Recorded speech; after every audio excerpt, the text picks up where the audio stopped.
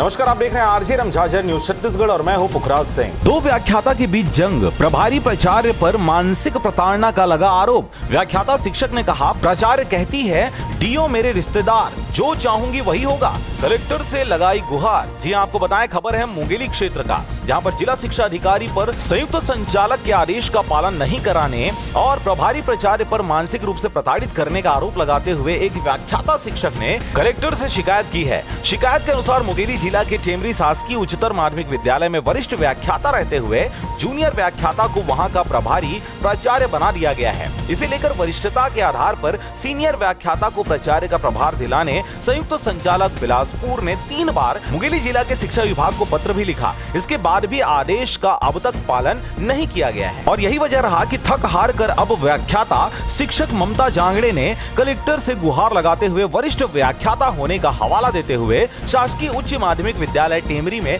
प्रभारी प्राचार्य का प्रभार दिलाने की मांग की है। साथ ही कनिष्ठ व्याख्याता जिसे प्रभारी प्राचार्य का प्रभार दिया गया है, उन्हें प्रभार से हटाने की गुहार भी लगाई गई है।